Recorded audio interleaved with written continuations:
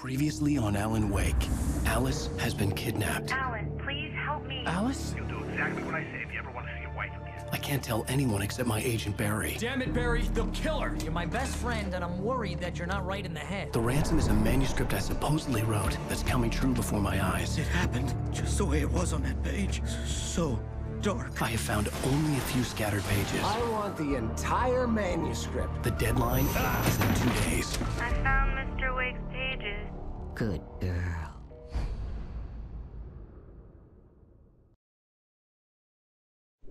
How the hell did she get her hands on the manuscript anyway?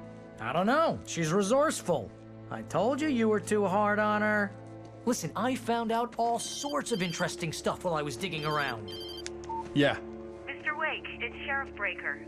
We have an FBI agent here, Agent Nightingale. FBI? He's anxious to see you. You'd better come to the station. Okay, I'll be right over, Sheriff. Let's make this quick, huh? Help you folks? Name's Randolph. I'm the manager. We're looking for Rose. Works as a waitress down at the diner. Rose, sure. Nice girl. Who wants to know? I'm Alan Wake. The writer, huh? I heard on the radio you were visiting. Well, I'll show you her trailer. That Rose, she's a nice girl. Always pays her rent on time. As I was saying, I found all sorts of weird stuff from the local newspaper's archives. This place is crazy.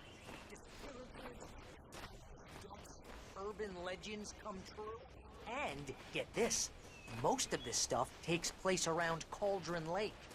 Well, you ain't wrong, mister. The Indians thought the lake was a doorway to the underworld. I'm the God-fearing type myself. I don't hold with that sort of thing. Yeah. Anyway, there was an island there owned by a guy called Thomas Zink. Now, some of the articles I found about him make him out to be a famous writer, but I ran a bunch of searches, couldn't find a single thing he wrote. Zane was heavily into diving, so much so that the place came to be called Diver's Isle. But the volcano under the lake erupted in 1970, and Zane went down with the island. Yeah, how about that? It was there in the morning, as if it had fallen from the sky. But it would take a tornado to lift something like that. We're damn lucky it didn't crush any of the trailers.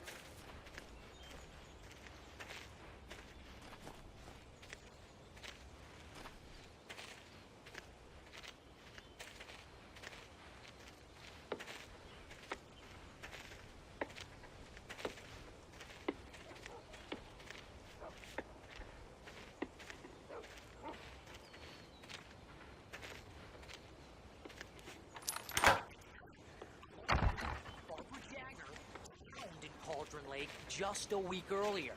They were lovers. Sure, Jagger's a local spook story. The Scratching Hag comes for you in the dark. Childish stuff like that. Anyway, Al, I'm just getting to the best part. All of the articles about this stuff, I asked around, and she's that crazy bag lady you met. What, the lamp lady? She can be a little loopy, but she's not homeless or anything. Yeah, anyway, she knew both Jagger and Zane before they both died, and she had some kind of a breakdown.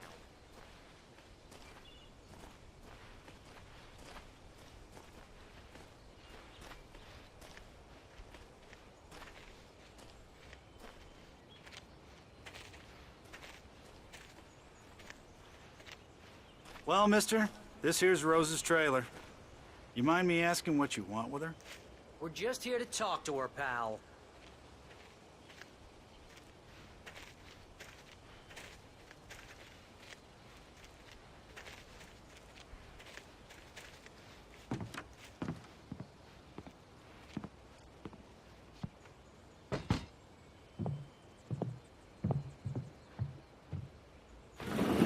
Welcome to... Oh dear, Mr. Wake. I'm so glad you're here. Rose, you have my manuscript? Oh. Oh yes. Yes. Please, come in.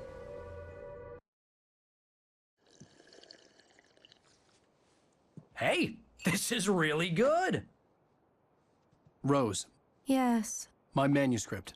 I really need it. I understand. I know what you need. a muse to inspire you. Oh, for Barry. She doesn't have anything. Yeah, hey, Al, what's... Oh... Barry! What? What?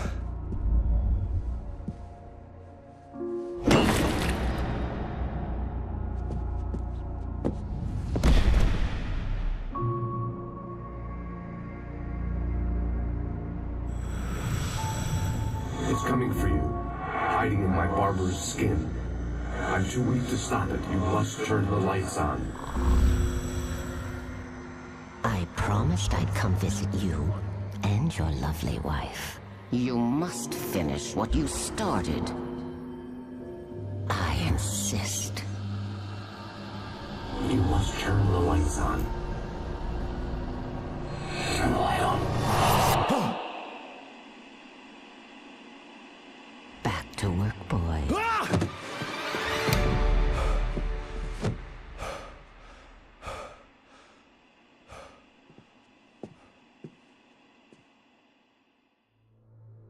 I felt nauseous, hungover. Only anger kept me going. I can't tell reality from dream anymore, but it seems I have an imaginary editor to help me. She's an old woman in a funeral dress. I call her Barbara Jagger. She's very strict. I'm writing faster and faster. My manuscript is being heavily revised. The edits are getting very aggressive, and each day there's less of me and more of her. I hate it, but I know she's right. She promises me I can save Alice this way. She knows more of this than I do. About the complex incantation I'm attempting. About this place. She's worked with another writer under similar circumstances, Thomas Zane. The genre of the story seems to be shifting. It's turning into a horror story. I'm getting close. I can feel it.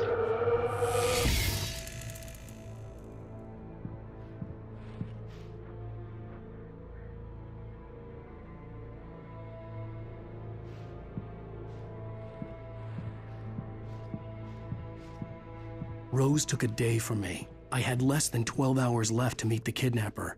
All I could do was get Barry into the car, work something out once I got on the road.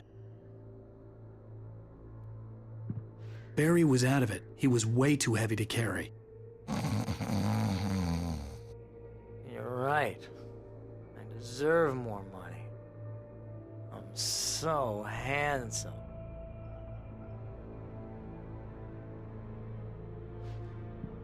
Welcome to the Oh Dear Diner. What can I get you today? Coffee? I couldn't work up much hate for Rose. Something had used her to get to me and left its mark. First refill is free. Milk and sugar on the counter there. Would you like to hear today's specials? Thank you. A nice day. Come back soon.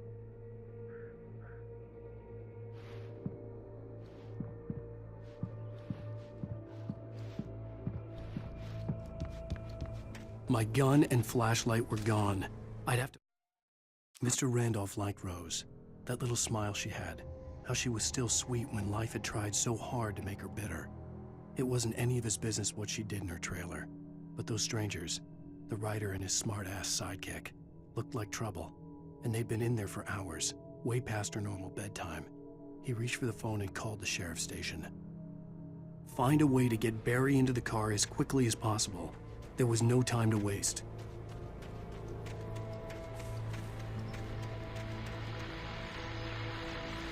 I just stepped outside to catch a breath of fresh air. Let me tell you, the weather's getting heavy. Nights like this make me especially glad I'm here talking to you and not home in bed. Once the weather takes a turn like this, I can't sleep at all. It's all tangled bed sheets and dark thoughts, punctuated by the occasional plunge into nightmare. Is it just me? Well, perhaps it is. But I hope I can make the night a little bit easier to get through. Caller, you're on KBF FM. Hey, hi, it's Walt Snyder. What's on your mind, Walt? Well, I ain't the way you are, bud. Well, I can't sleep either, you know? I just been staring out the window here, trying to make sense of it all, but... I ain't been drinking either, you know, I just... Well, you sound like a man with a problem, Walt. I had argument with Danny. Danny, and, then I got in trouble with the law, and, I'm just, well... I heard something like that, Walt. Yeah, well, he's, Danny's my best friend, and, they let me on bail today. And now I'm just alone here at the window, waiting. Man, and there's something in the air tonight, man. I was just outside looking up at the sky of our broadcast tower thinking the same thing. What are you waiting for, Walt? I don't know. Something's gonna happen. I think I better go. Well, Walt, maybe... No, thanks, Pat. Well, good luck to you, Walt. Hang in there. Let's take a little break, folks. This weather's really something else, huh? How can I be sure?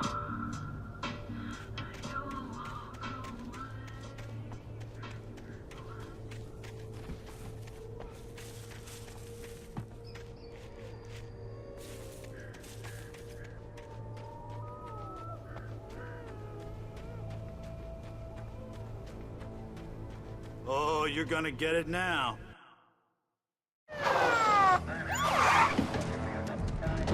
God knows what you've done to that poor girl. This is Agent Nightingale, FBI! Get him up, Hemingway! You're under arrest! You move a muscle, I'll unload right in your goddamn face! Stay right where you are, Spillane!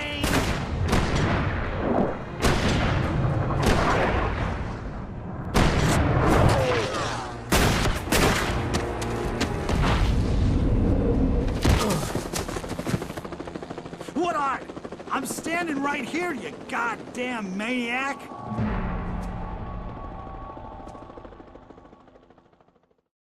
I hated to leave Barry behind, but there was no way I'd miss my appointment with the kidnapper. Give it up, Mr. Wake. Come on. Take it easy.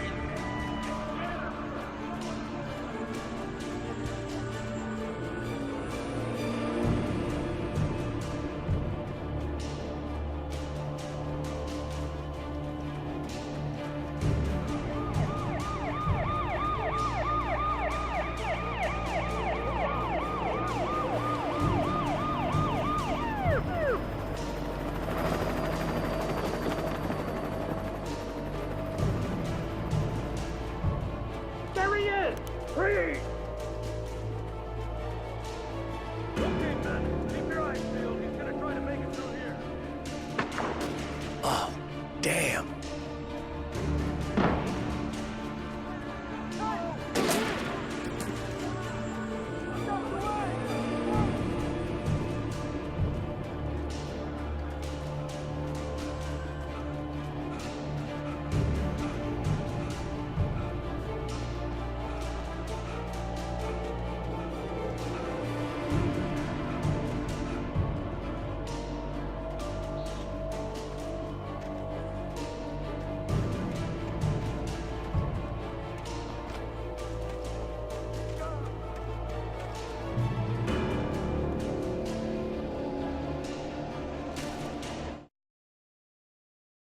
For decades, the darkness that wore Barbara Jagger's skin slept fitfully in the dark place that was its home and prison. It was hungry and in pain. It dreamed of its nights of glory when the poet's writing had called it from the depths and given it a brief, terrible taste of power and freedom. The rock stars had stirred it from the deep sleep the poet had sunk it back to in the end. When it's...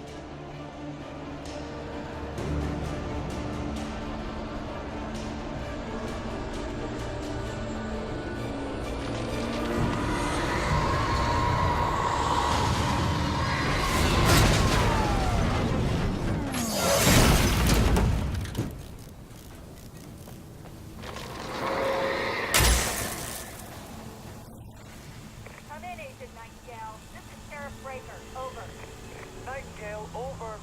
What on earth is going on? My deputies tell me you fired at Wake and he didn't have a gun. You almost hit a civilian instead. Over. Sheriff, Wake's running. I'm giving chase. I don't have time for this. Well, make the time. You can't just go shooting at people in my town. Over. I'm a federal agent pursuing a fugitive. You want to discuss my methods, Sheriff? Make an appointment. Over. You stay right where you are, Agent Nightingale. I'm on my way. Out.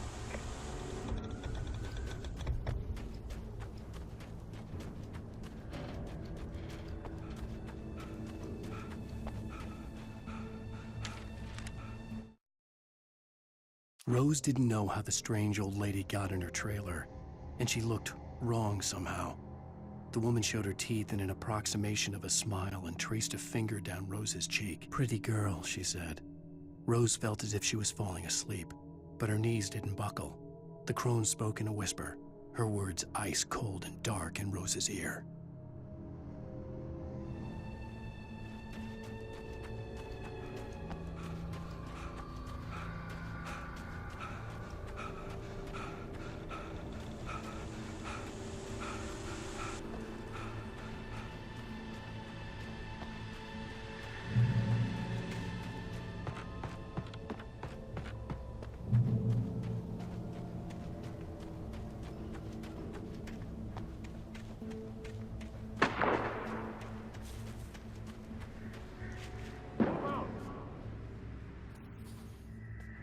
Search the area.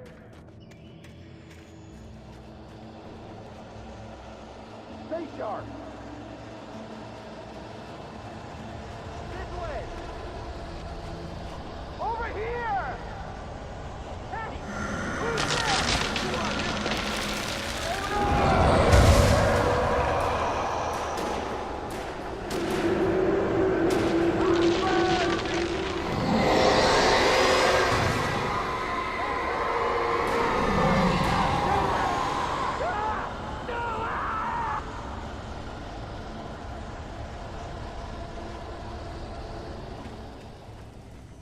This horror was everywhere I went, circling me.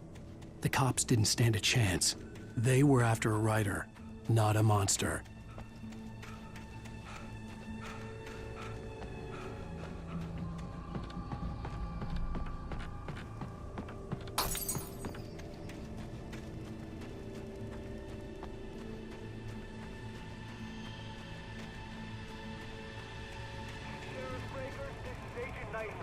I've lost contact with Wilson Lynn you assigned to me.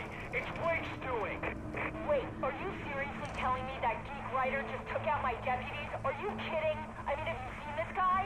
He wears a tweed jacket. Over. He's the guy we're chasing. If it's not him, who then? Bigfoot? Over. I don't know yet, but I'm not in the habit of jumping to conclusions. That tends to come back and bite you in the ass. Out.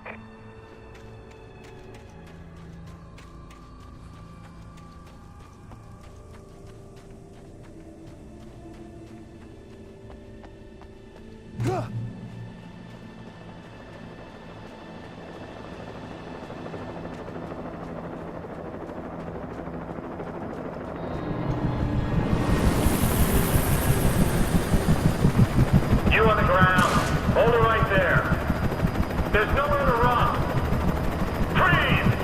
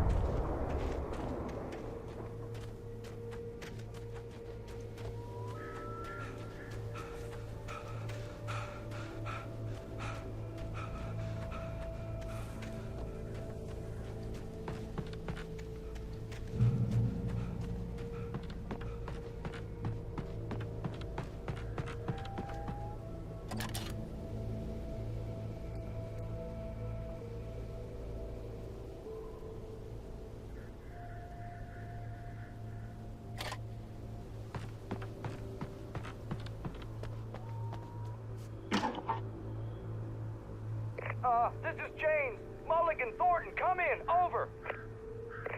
Thornton here. James, we got both Wheeler and Rose in custody. They didn't put up a fight or anything. Why, they were... Hey, what you... Come on! Sit down and give me that. Jane, Mulligan here. Over. Go ahead, Mulligan. Over. We got Wheeler and Rose here. Wheeler's drunk or hopped up on something. Speaking of which, that Fed had a pretty distinctive whiff of Otis Scotch about him, if you know what I mean. Over. I don't have anything on that, Deputy Mulligan. Over. Well, whatever. Anyway, Rose is just being plain weird here. You better get Doc in to take a look at both. Over. Gotcha. You better get them here quickly. The, Fed's gonna want to interview Wheeler. Over. Oh, yeah, I'll bet he does. Looks like they have a lot in common. Mulligan out.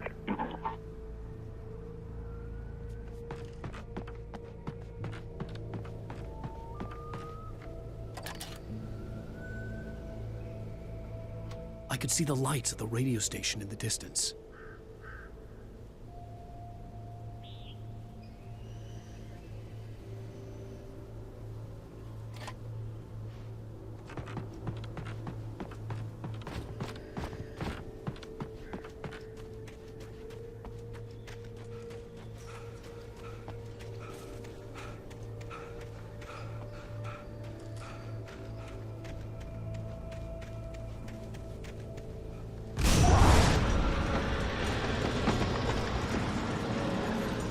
Unnatural shadows clung to the gate.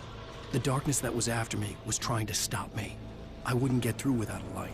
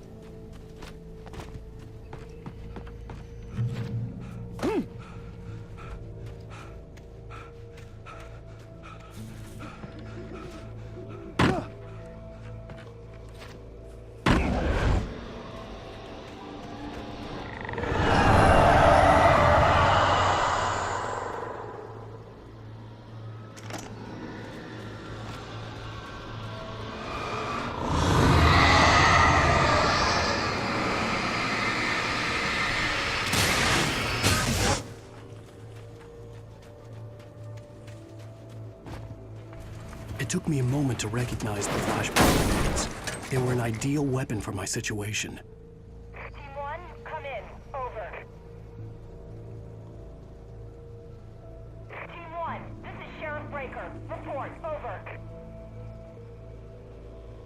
Team 2, come in. I need a report. Over. Come on, guys. Talk to me. Come in, please. Over.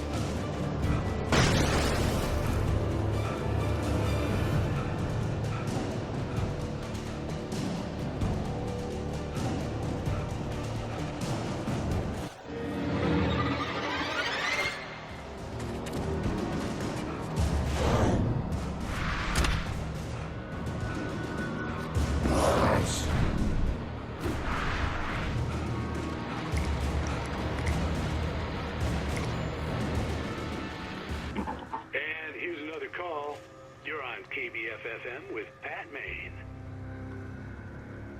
It's Milt Peabody, Pat.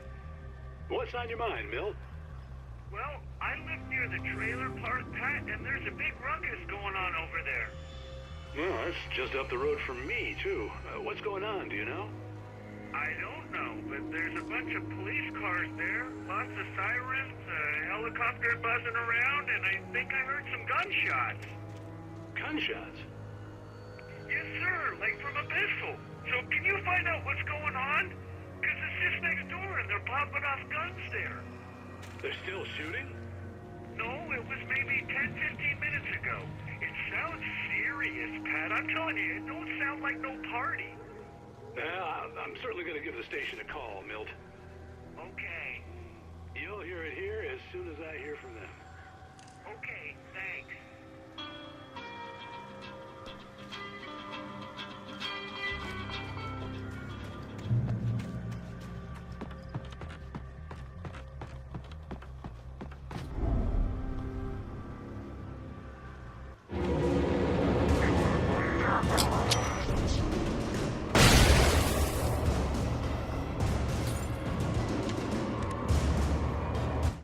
Touched by the dark presence, Rose was lost in a dreamland where everything was drawn in black and gray crayons. The old lady had promised her that all her wishes would come true. She would be Alan Wake's muse. She was smiling so hard it hurt her face. She crushed a bottle full of sleeping pills into the coffee. Deep down inside, she was screaming in terror.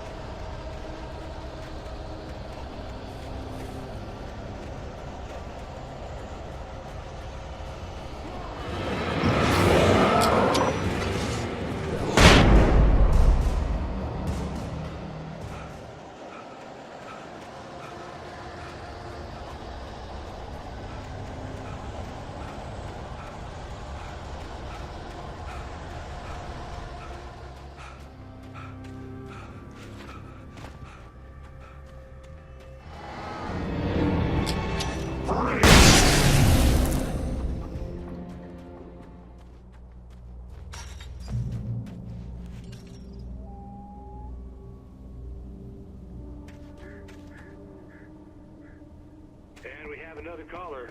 You're on the air. Oh, why, hello, Lorna. What do you have for us? Well, I just don't see why the cops bother with the trailer park. What do you mean? It's a trailer park. Of course you're going to a place like that. I mean, what do you expect? The sheriff should be helping us normal citizens instead of wasting resources on those people. Well... Let the trash sort themselves out. I'm sorry, but my granddaddy settled in Bright Falls in 1911. Well, thank you very much for that compassionate viewpoint, Lorna. Oh, here's a little surprise. The famous writer Alan Wake just walked in. Folks, I'm going to see if I can talk him into an interview. Come on in, Mr. Wake. Oh, I'm so glad you could find the time to do this, Mr. Wake. Nowhere to run now, Dan Brown. You back away from me. Don't hurt it. Whoa. Everyone calm down. Put the gun down. We're all friends here, right? Cool your jets, Nightingale. We got him. Judas Priest! What the hell's the matter with you? There's a civilian in there!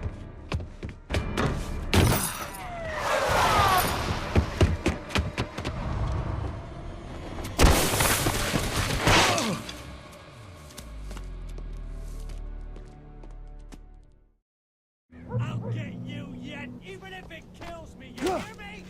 You hear me, H.P. Lovecraft? I had fallen off so many cliffs it was ridiculous. That's what you get for naming a book The Sudden Stop. It was probably good I hadn't had the chance to tell Maine where I was going. I'd have to lose the cops and find my own way to the mine. Nightingale stared through the broken studio window into the dark woods. He turned around, started to walk out, but Maine grabbed his arm. "Young man, you almost shot me. You don't shoot off rounds at people like that. What's the matter with you?" Nightingale shook his arm free, marched out. His cheeks burned with rage and humiliation.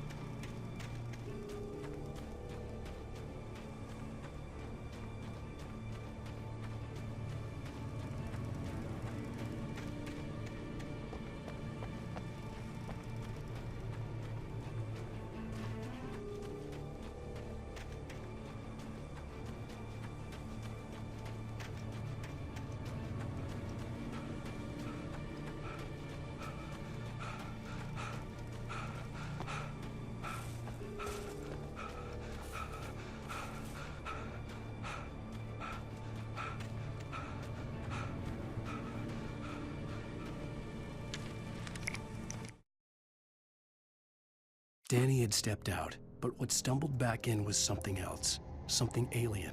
A monster. Walter tried to kill it, first with his fists, then a chair. It wouldn't die. Instead, it kept coming, unaffected by the beating it had taken. After Walter managed to kick it down the cellar stairs, fear took over. He ran, got behind the wheel, gunned the engine. The booze wouldn't make him forget, but he knew he had to try.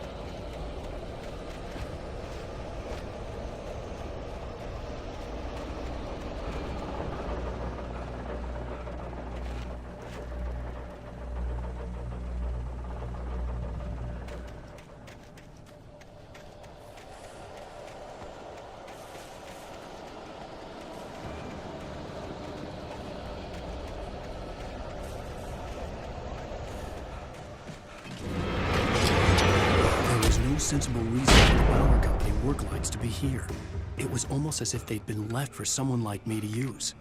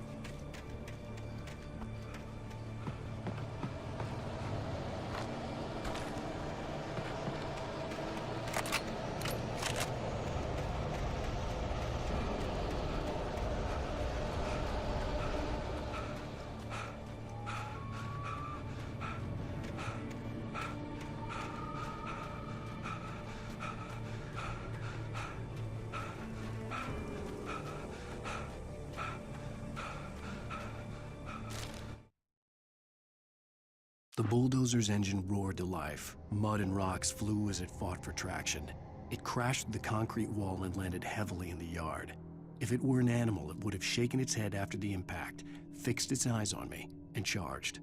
Of course, it had no head, nor eyes.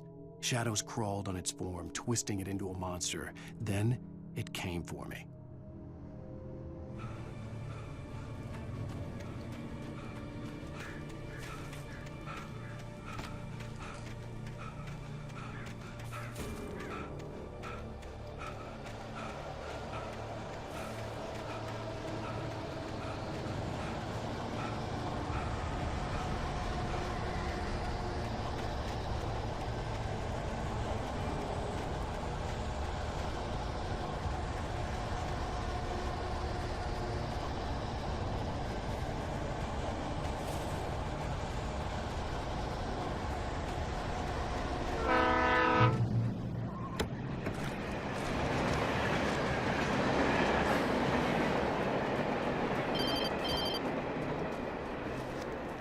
Hello? The most stubborn man I've ever met. Alice? Alice? Alan. I'm so afraid. Keeps me in the dark. Please help me. I look at you, Alan, and it's not you. Something else. Looking out from behind your eyes. Alice, I'm here. I'm so alone here. It's all gonna go to hell. You need to be careful. Cooperate. The connection had been terrible, but that wasn't the only thing that hadn't been right. The pipe wrenched itself loose from the bridge's steel framework. Wrapped in darkness, it floated in midair, twitching. For a moment, I didn't understand what I was looking at. The heavy object lurched at me with impossible force. I threw myself out of the way, but just barely. When I turned my flashlight on it, it shook in a dark rage before it flew at me again. The call. She sounded wrong somehow, but she had called me.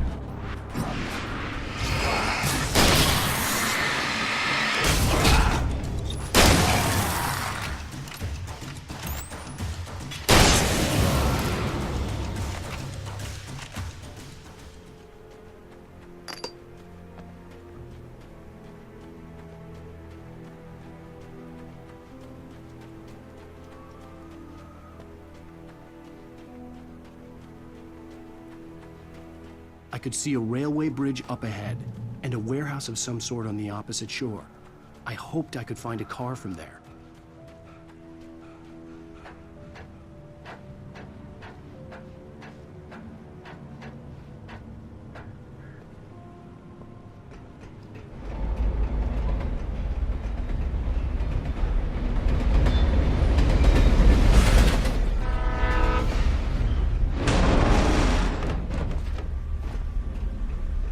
The darkness that was pursuing me was growing stronger, and it was taking over everything in its path.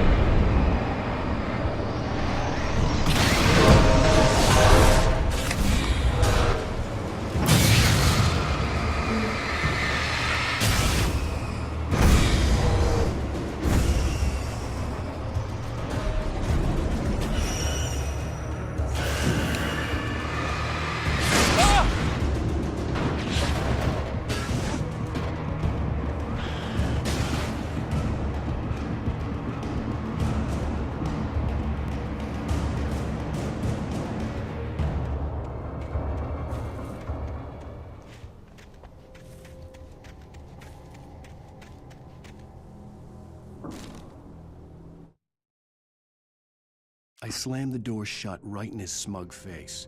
He pleaded for me to open the door. True to form, the asshole actually thought I would obey. I had no sympathy left, no guilt either, not for him. I took a moment to savor the scream. I bet I had a smile on my face. It was all that I had time for. The dark presence was inside the lodge with me.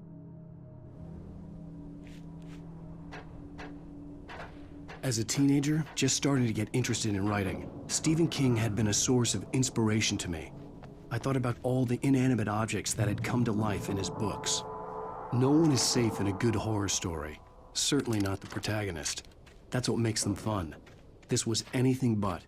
The darkness could possess anything, and it was getting closer.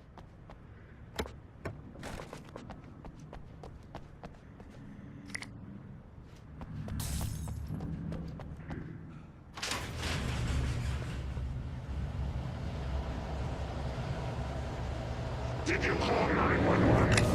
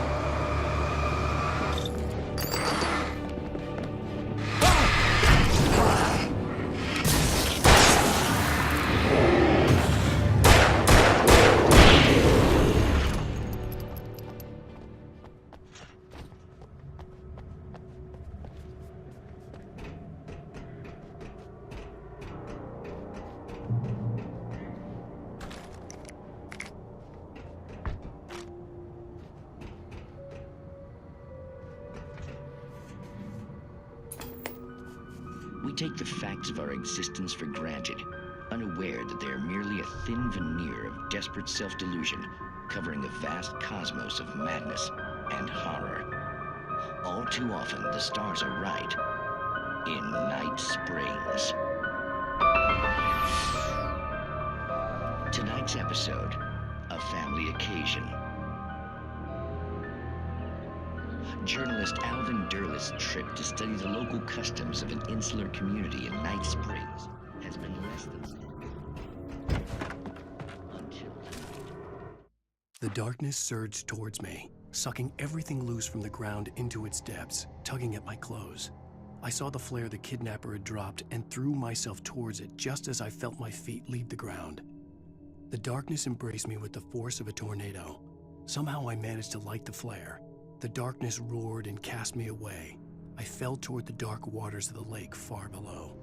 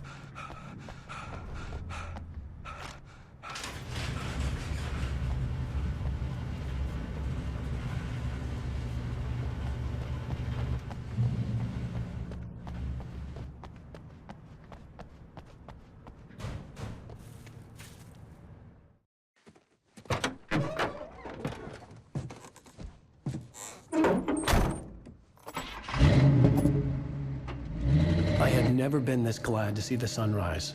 I had a couple of hours to get to the coal mine.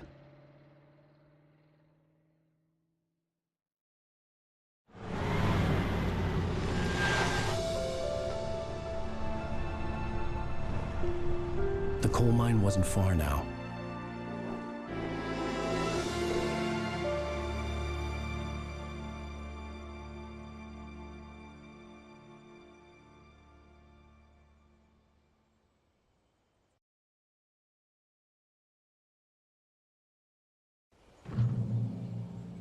Today, I would meet the kidnapper, and he would give me Alice. I wouldn't give him any other choice. A drowning man will clutch at a straw.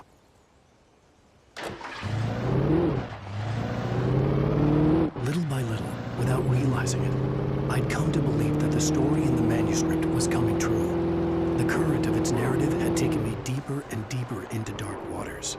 Alice had been taken from me. Barry was probably in jail. I was a fugitive from the FBI. The whole world taken over by the Dark Presence was trying to destroy me. It all felt real, but it matched a textbook case of insanity.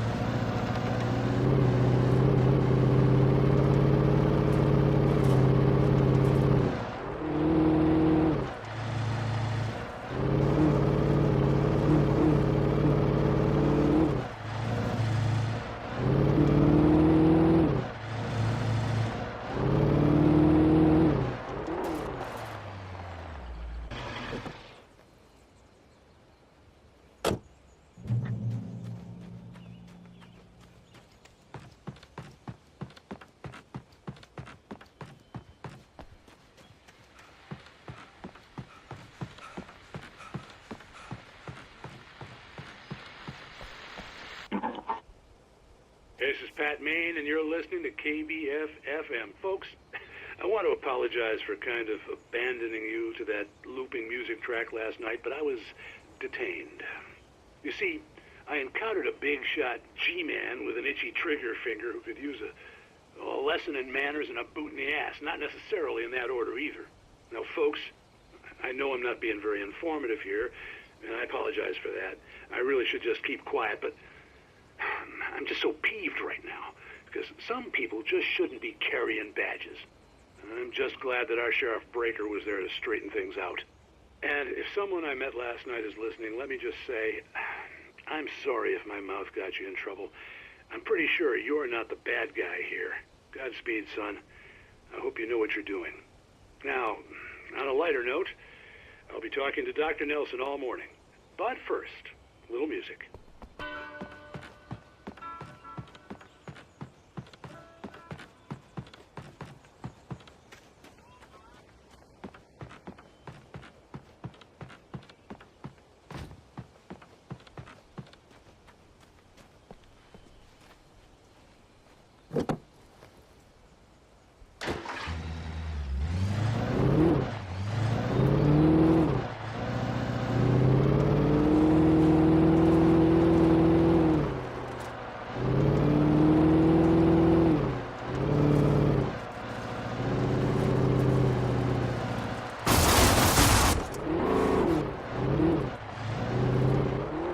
was early.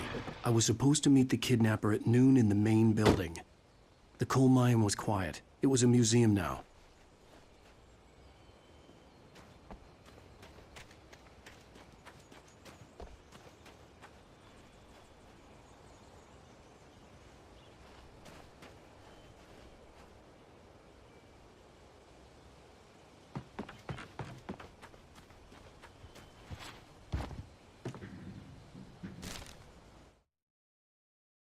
With Nightingale gone and the night wind blowing in through the broken studio window, Maine stared at Sarah.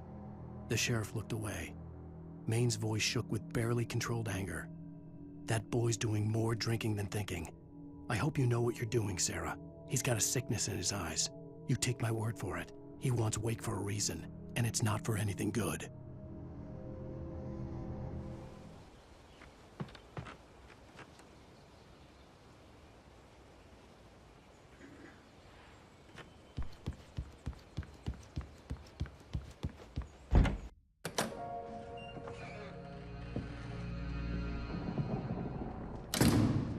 I didn't want to go outside.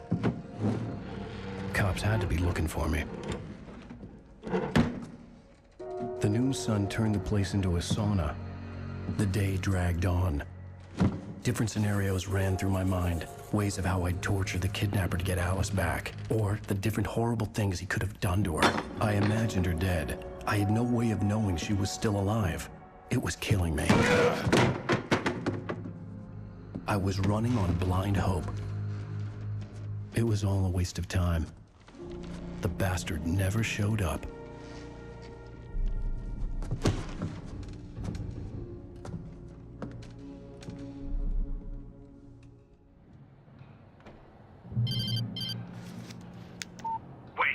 Where the hell are you? Change of plans. You know where Mirror Peak is? It's a big mountain north of where you are. You follow the path from the mine, you can't miss it. There's a lookout point there. I'll be waiting. I'm through being jerked around by you. You want to see your wife alive? Because if you do, you better watch what you say to me. Do we understand each other? I want to talk to Alice. Yeah, and I want the manuscript. Don't keep me waiting, Wake. Hello? Hello! Ah! I'm gonna kill him! I had to get to Mirror Peak.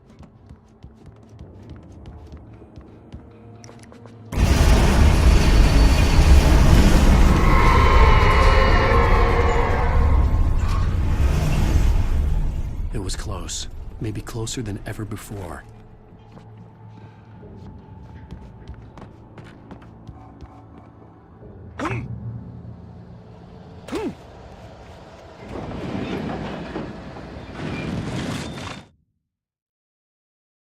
When Thomas Zane fell for Barbara Jagger, it happened fast. She was young, vibrant, and beautiful, full of life. He had never been a very happy man, and without any seeming effort, she had changed all that. Zane felt good for the first time in his life. Everything she did was another piece of a jigsaw puzzle he hadn't even known he'd been missing. And best of all, she made the words flow, strong and sharp. She was his muse.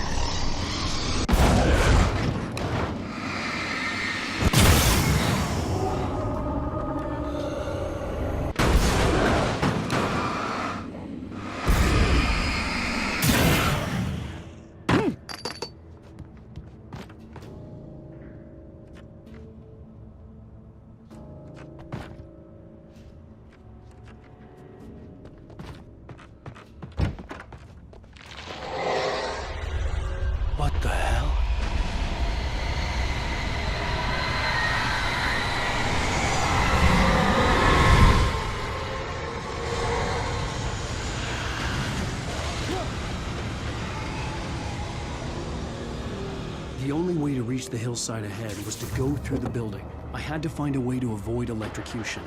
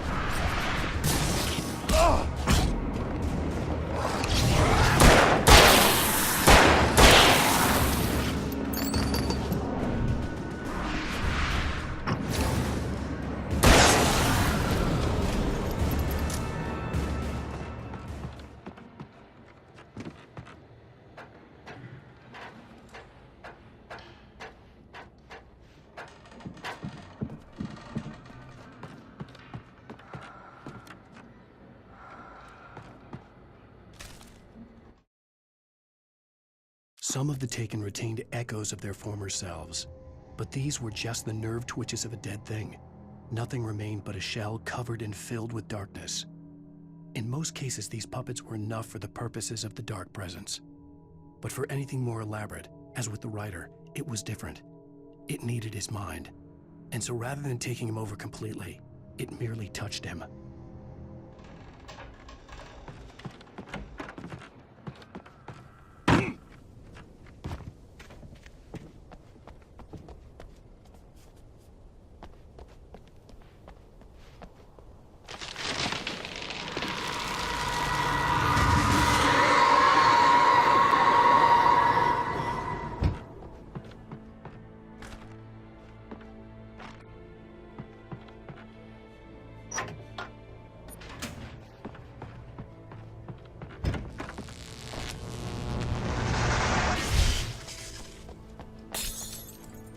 There was no way the flashbang grenades were standard power company equipment.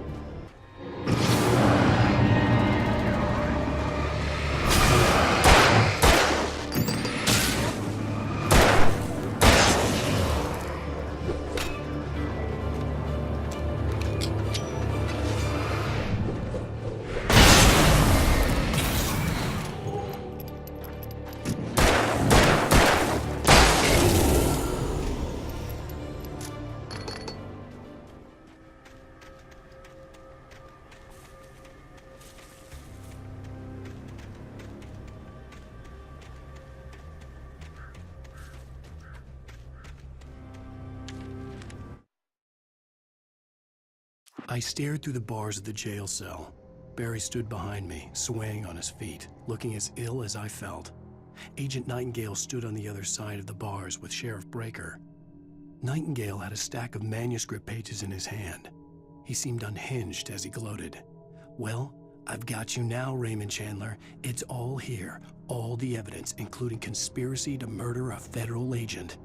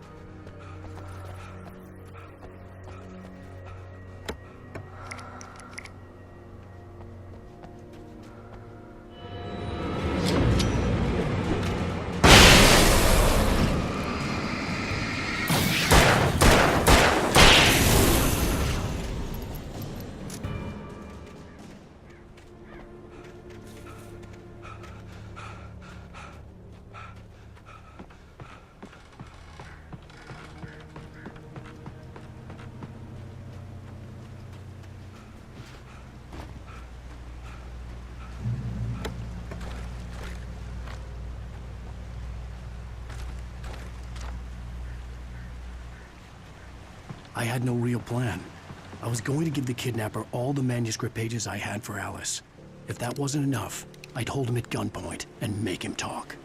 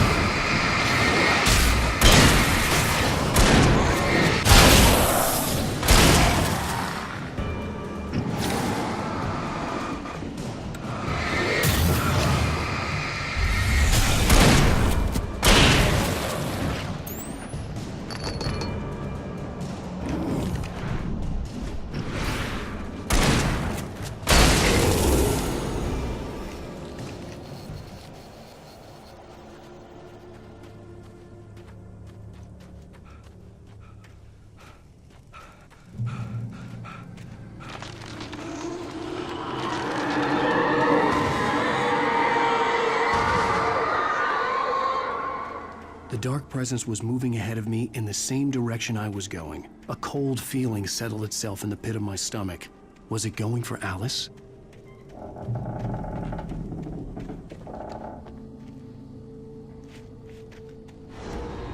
The graveyard shift may cause cancer.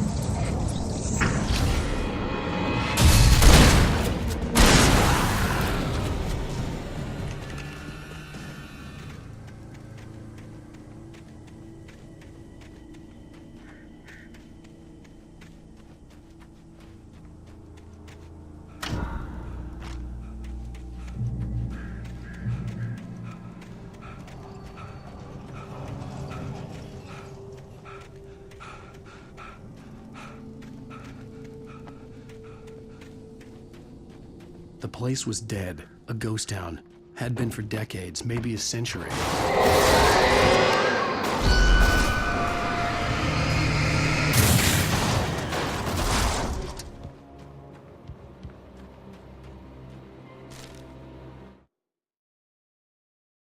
Things were never as simple in real life as in fiction. I had lost count of the times I had wished there'd be a clear reason for my writer's block. Something to fight, something to lash out on. There wasn't. I was filled with doubt. I was nothing like the hero in my books. Alex Casey had gone through his life with single-minded determination, never wavering from his goal. Even now, I was angry at myself, angry at Alice, angry at Barry. I was fumbling and I had no plan.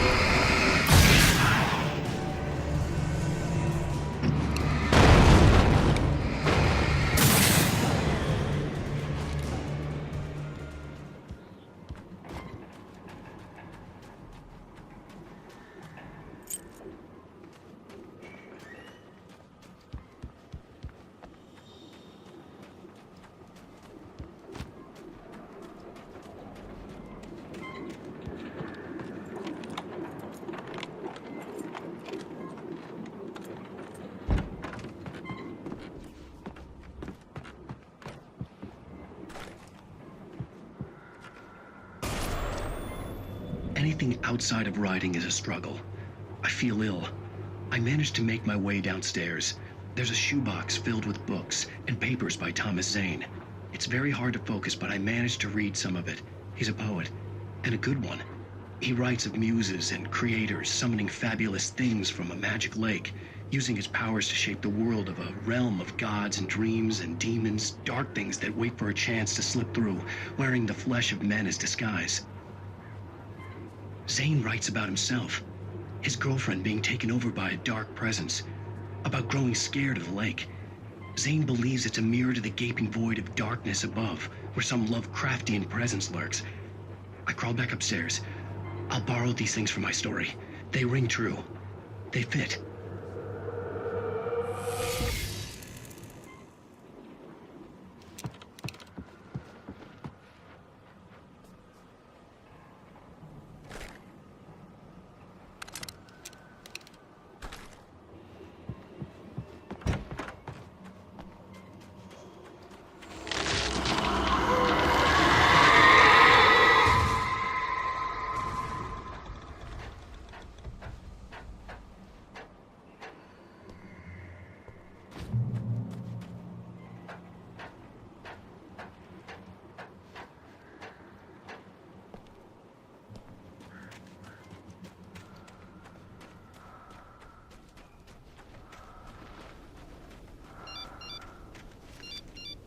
The kidnapper had sent me a text.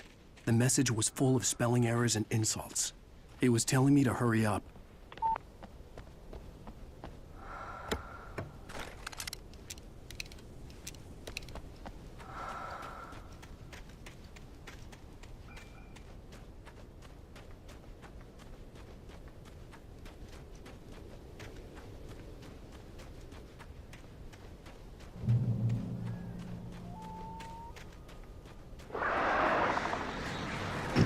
distance.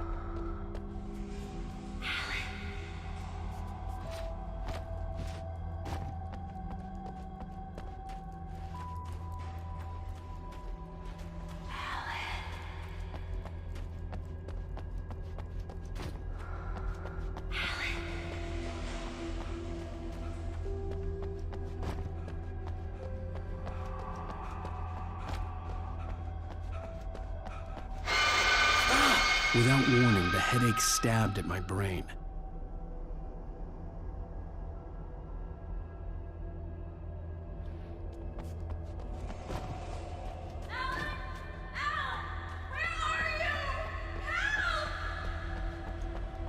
Alice? Alice!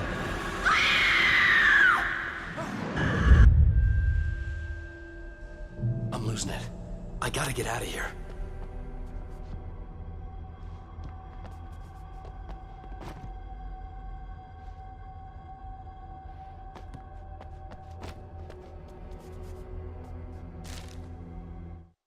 The hunters were big, thick-set men, confident and at home in the woods. They were feeling good, running on beer, ghost stories, and camaraderie late into the night. It did them no good, as they were taken by the dark presence, sucked deep into a darkness far worse than any ghost story they ever told or heard.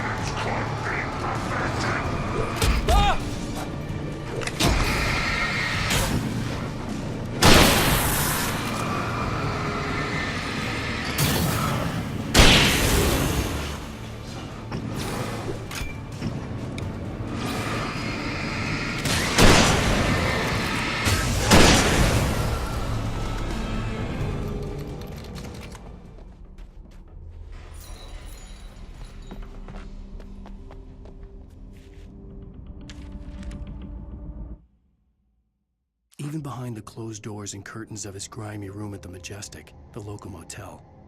Nightingale could feel the locals' eyes on him, the unrelenting pressure of their judgment. He forced it out of his mind. For all he knew, they could all be under Wake's spell already. You do what you have to do to get the job done. He took comfort from the bottle in his hand. Please, he thought, just let me get through this.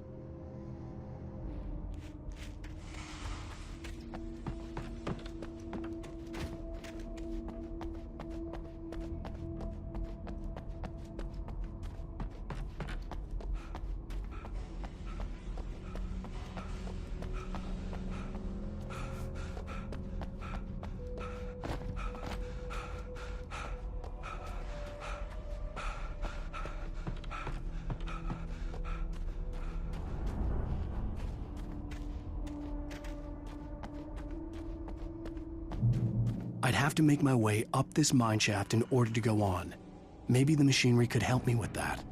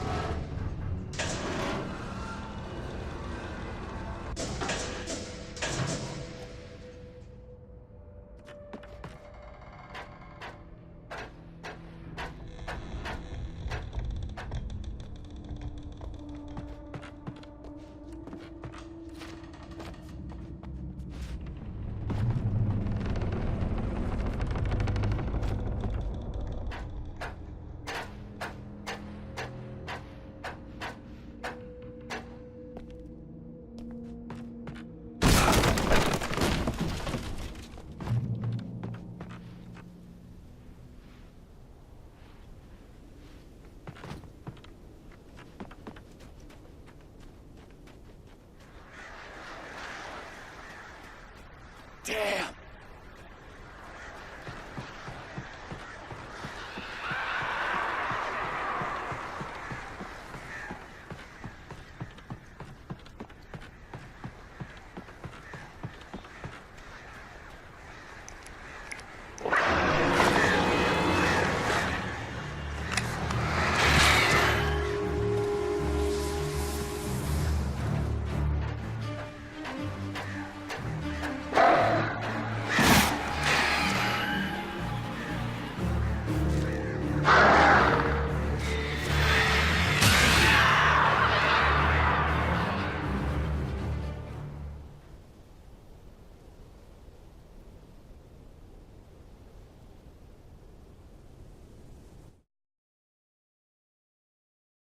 Lightning flashed behind the windows of Cauldron Lake Lodge. Tor Anderson laughed and held the steel hammer above his head. Nurse Sinclair was trying to calm him down without success. Tor grinned madly and shouted, "My hammer's up. Here's a friendly poke from Molnir, wench." He brought the hammer down with all his might on Sinclair's head. "We're on a comeback tour, baby."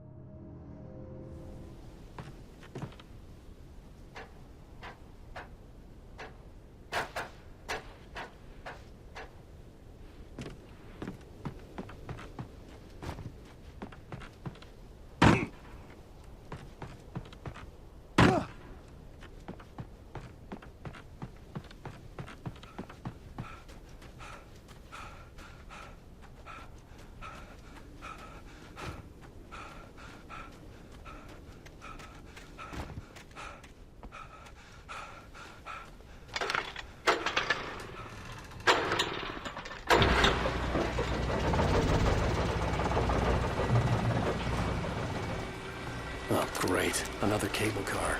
Just great.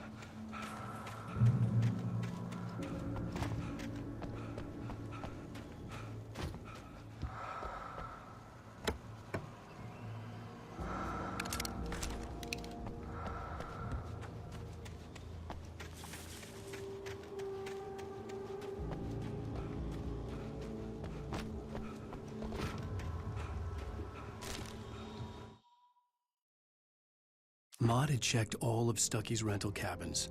There had been no sign of the Wakes. It was dark when he'd found their car parked at the end of the road by Cauldron Lake. It made no sense. They must have taken a wrong turn, but there was no sign of them, and the car had been there for hours already. Frustrated, Mott stood on the rotten ruin of the footbridge that had once led to Diver's Isle before it sank beneath the waves years ago. The boss wouldn't be happy.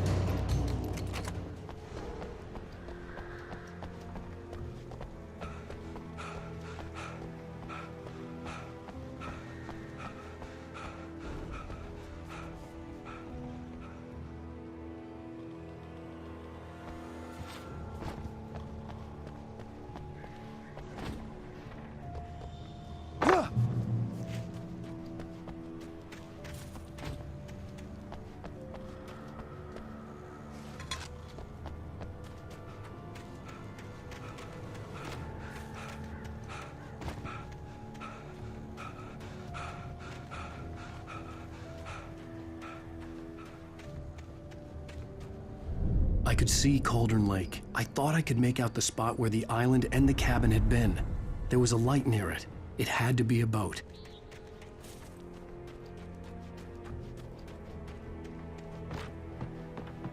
I was close now. I had to get there fast. I dreaded what I would find.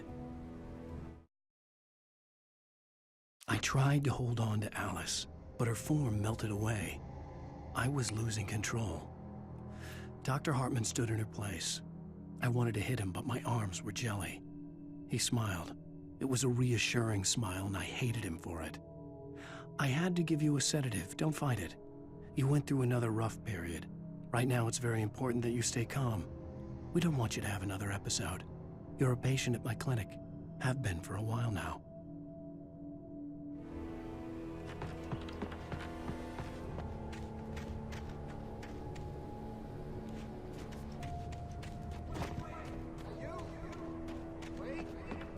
I'm here! I'm coming!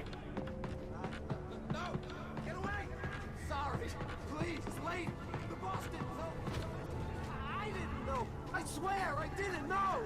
We don't have his wife. We don't know where she is. She's probably drowned. We just said we had her to make him play ball. You see?